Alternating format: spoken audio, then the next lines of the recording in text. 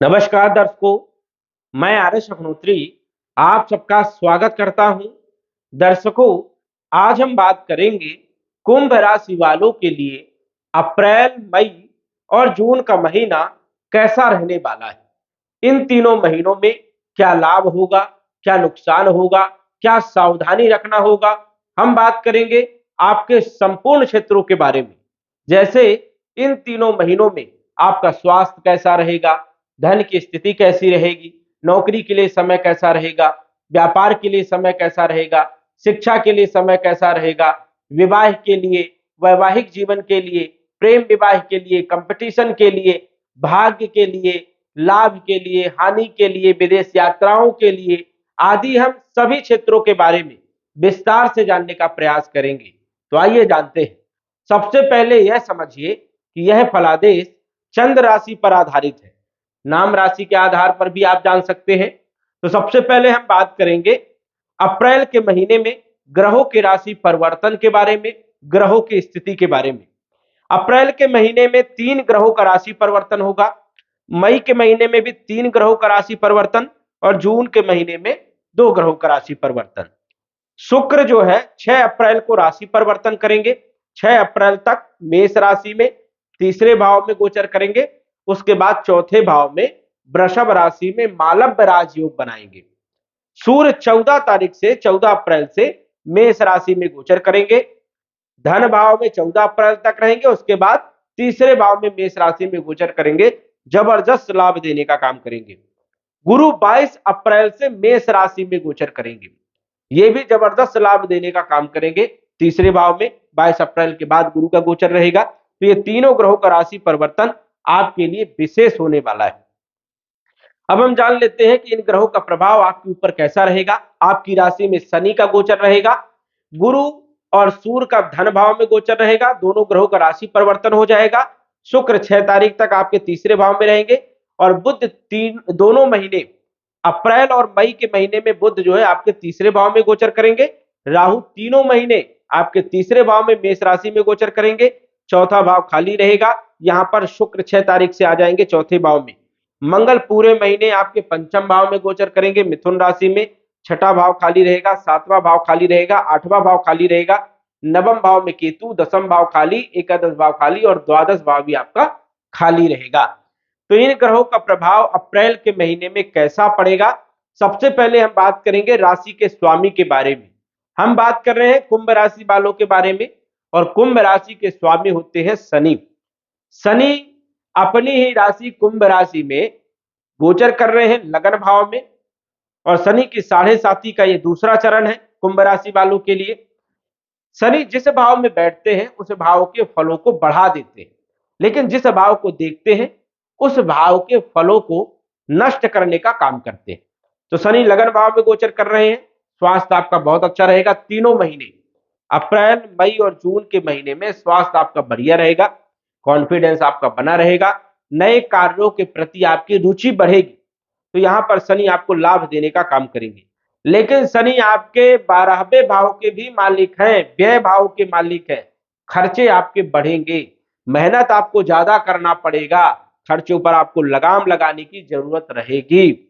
शनि की तीसरी दृष्टि पराक्रम भाव में मेहनत करवाएंगे, संघर्ष करवाएंगे, उसके बाद ही फल देंगे। बिना संघर्ष फल देने का काम ये नहीं करेंगे। हालांकि ये सस नामक राजयोग बना रहे हैं, तो कहीं ना कहीं आपको लाभ भी देने का काम करेंगे। राजनीति में सफलता दिलाने का काम करेंगे, व्यापार की स्थिति को मजबूत बनाएंगे, नौकरी में भी कहीं ना कहीं लाभ देने का काम करेंगे। लेकिन मेहनत जरूर करना पड़ेगा, क्योंकि मेहनत भाव में इनकी दृष्टि पड़ रही है। सप्तम भाव में भी इनकी दृष्टि है। वैवाहिक जीवन पर भी आपको ध्यान रखना पड़ेगा, कंप्रोमाइज करके चलना होगा। और इनकी दसम दृष्टि आपके नौकरी वाले भाव में, व्यापार वाले भाव में पड़ेगी, तो यहां पर भी कहीं ना कहीं जो है नुकसान पहुंचाने का काम करेंगे। इसलिए सोच समझ करके कार्य करने की आपको जरूरत रहेगी। नौकरी में भी आपको थोड़ा ध्यान देना होगा, व्यापार में भी आपको ध्यान देना होगा। किसी से भी विवाद नहीं करना है, अपने काम पर फोकस करें, काम पर ध्यान दें। इसके बाद यदि हम बात करें धन भाव के मालिक के बारे में, धन के मालिक गुरु है आपकी कुंडली में और गुरु धन भाव में ही विराजमान है, यहां पर कारक माने जाते हैं। तो धन देने का काम करेंगे, लेकिन गुरु सूर्य के साथ अस्त रहेंगे, इसलिए गुरु उतने अच्छे परिणाम नहीं दे पाएंगे। हालांकि ये स्वराशि में है तो कुछ अच्छे परिणाम देखने को मिलेंगे। गुरु जो है धन के भी मालिक है, लाभ के भी मालिक है, और जब भी लाभ का मालिक धन भाव में गोचर करे तो धन प्राप्त होता है, तो धन की स्थिति आपकी बनी रहेगी। लेकिन सूर्य के साथ गुरु अस्त है तो विशेष रूप से आपको बिना मेहनत कुछ भी प्राप्त नहीं होने वाला है, तो इस चीज को भी ध्यान रखना है। धन खर्चे होंगे ज्यादा। क्यों खर्चे होंगे? क्योंकि सूर्य आपके धन भाव में 14 तारीख तक रहेंगे, तो ये खर्चों को बढ़ाने का काम करते हैं। इसलिए जो है खर्चों पर आपको नियंत्रण रखना है, कम खर्चे करना है, इस चीज का आपको ध्यान रखना है। लाभ का मालिक जब धन भाव में गोचर करे तो लाभ देने का काम करता है, आय में वृद्धि करने का काम करता है, तो गुरु आपको लाभ देंगे, धन की स्थिति आपकी बनी रहेगी, लेकिन थोड़ा मेहनत करवाएंगे, मानसिक टेंशन भी देंगे, संघर्ष भी कराने का काम यहाँ पर गुरु करेंगे। गुरु की 5वीं दृष्टि पड़ेगी आपके 6ठे भाव में, रोगों को दूर करेंगे, ऋणों को समाप्त करने का काम करेंगे, कंपटीशन में सफलता दिलाएंगे, तो ये अच्छी स्थिति है यहाँ पर। वही इनकी 7म दृष्टि 8म भाव में पड़ेगी, ससुराल पक्ष के संबंधों को मजबूत बनाएंगे, गुप्त धन देने का काम करेंगे, आध्यात्म में आपका लगाव बढ़ेगा, लेकिन ये कब तक? ये रहेगा 22 अप्रैल तक, उसके बाद गुरु का राशि परिवर्तन हो जाएगा। नवम दृष्टि इनकी आपके धन भाव में, नवम दृष्टि इनकी आपके 10म भाव में पड़ेगी। 10म भाव जो होता है ये नौकरी का, व्यापार का होता है, तो कहीं ना कहीं जो है नौकरी में लाभ देने का काम करेंगे, व्यापार में लाभ देने का काम करेंगे, धन बढ़ाने का काम करेंगे, आर्थिक स्थिति को मजबूत करने का काम करेंगे। लेकिन विशेष रूप से मेहनत आपको करना होगा, क्योंकि 3 मई तक गुरु अस्त रहेंगे, इसलिए थोड़ा मेहनत ज्यादा करना पड़ेगा।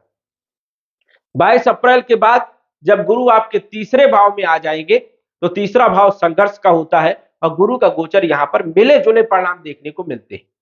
तो यहां पर जब आ जाएंगे तो बल पराक्रम में वृद्धि करेंगे, और ये 3 मई के बाद अच्छे परिणाम देने का काम करेंगे। विवाह के योग बनेंगे, क्योंकि 5म दृष्टि विवाह भाव में पड़ रही है, तो विवाह के योग बनेंगे, नए रिश्ते आएंगे, वैवाहिक जीवन आपका बहुत अच्छा रहेगा, कंपटीशन में सफलता देखने को मिल सकती है, और वही जो है पार्टनरशिप में भी लाभ देने का काम करेंगे, दैनिक आय को बढ़ाने का काम करेंगे। भाग्य भाव में देखेंगे 7म दृष्टि से भाग में वृद्धि करने का काम करेंगे, लाभ देंगे, और लाभ भाव में भी इनकी दृष्टि रहेगी 9म, तो लाभ देने का काम करेंगे, आय में वृद्धि भी करवाने का काम करेंगे, आय के लिए स्रोत भी पैदा करेंगे। तो गुरु जो है मेहनत करवाएंगे, उसके बाद जो है ये लाभ देने का काम करेंगे, तो गुरु भी आपके लिए बढ़िया है। गुरु के बाद अब हम बात करेंगे आपके तृतीय भाव के मालिक के बारे में। तृतीय के मालिक मंगल है, और मंगल आपके कैरियर के भी मालिक है, 10म भाव के भी मालिक है, और विराजमान कहां पर है? 5म भाव में, केंद्र त्रिकोण राजयोग बना करके केंद्र के मालिक है, त्रिकोण भाव में विराजमान है, केंद्र त्रिकोण राजयोग बन रहा है। बल पराक्रम में वृद्धि करवाएंगे, संघर्ष करवाएंगे, मेहनत कराएंगे, और सफलता देने का काम करेंगे। नौकरी की स्थिति को भी मजबूत बनाने का काम करेंगे, नौकरी में आपको लाभ मिलेगा, जैसे शनि की दृष्टि यहां पर पड़ रही थी, जो विलंब करवा रहे थे, कहीं ना कहीं मनमुटाव करवा रहे थे, लेकिन नौकरी का मालिक मंगल अच्छी स्थिति में गोचर कर रहा है, तो नौकरी में भी कोई दिक्कत नहीं रहेगी, कोई समस्या नहीं रहेगी, नौकरी आपकी चलती रहेगी, व्यापार की स्थिति भी आपकी बहुत अच्छी रहेगी, इसमें भी कोई संशय वाली बात नहीं है। तो नौकरी व्यापार में कोई दिक्कत नहीं है, बल पराक्रम में वृद्धि करने का काम करेंगे। इनकी जो चौथी दृष्टि 8म भाव में पड़ेगी, तो चोट चपेट लगने की संभावनाएं हो सकती हैं, थोड़ा ध्यान रखना है। 7म दृष्टि लाभ भाव में लाभ देने का काम करेंगे, और 8म दृष्टि व्यय भाव में थोड़े खर्चों को बढ़ाने का भी काम करेंगे। शिक्षा के लिए आप विदेश जा सकते हैं, शिक्षा का अच्छा योग बनाने का भी काम करेंगे, और प्रेम विवाह में सफलता दिलाने का भी काम करेंगे। तो मंगल की स्थिति भी आपकी पत्रिका में बहुत अच्छी है। इसके बाद हम बात करें आपके चौथे भाव के मालिक के बारे में। चौथे भाव के मालिक आपके बनते हैं शुक्र, और शुक्र आपके भाग्य के भी मालिक है, विराजमान कहां है? तीसरे भाव में, मिले जुले परिणाम देने का काम करते हैं। यहां पर कब तक रहेंगे? 6 तारीख तक, 6 अप्रैल तक रहेंगे, उसके बाद आ जाएंगे अपनी राशि में, चौथे भाव में, वृषभ राशि में। तो क्या बनेगा? मालव्य राजयोग बनेगा, पंच महापुरुष में से एक राजयोग, मालव्य राजयोग, जबरदस्त लाभ देने का काम करेंगे, भौतिक सुखों में वृद्धि करने का काम करेंगे। 6 अप्रैल के बाद पूरे महीने भर भौतिक सुख, लग्जरीज लाइफ देने का काम करेंगे। भूमि का योग, प्रॉपर्टी का योग, मकान का योग, वाहन का योग, ये आप खरीद सकते हैं। भाग्य में वृद्धि करने का काम करेंगे और आपके नौकरी भाव को सप्तम दृष्टि से देखेंगे तो उच्च नौकरी के योग बनेगी। जो लोग नौकरी के प्रयासरत में थे उनको नौकरी दिलवाने का काम करेंगे। जो लोग कला के क्षेत्र में काम कर रहे हैं उन लोगों को बहुत अच्छे परिणाम देखने को मिलेंगे। चाहे आप फैशन में हो, डिजाइनर में हो, संगीत में हो, फिल्म इंडस्ट्रीज में हो, इन सभी लोगों को जबरदस्त लाभ देने का काम करेंगे। जो लोग कवि हैं, लेखक हैं, पत्रकारिता का काम करते हैं, उन लोगों को जबरदस्त लाभ देने का काम करेंगे।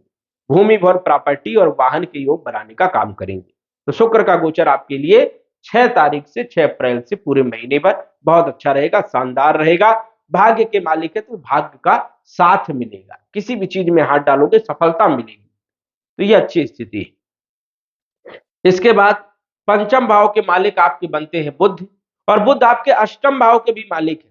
3 नंबर 6 नंबर बुध की राशि है, मिथुन राशि, कन्या राशि, और बुध तीसरे भाव में मिले जुले परिणाम देने का काम करते हैं।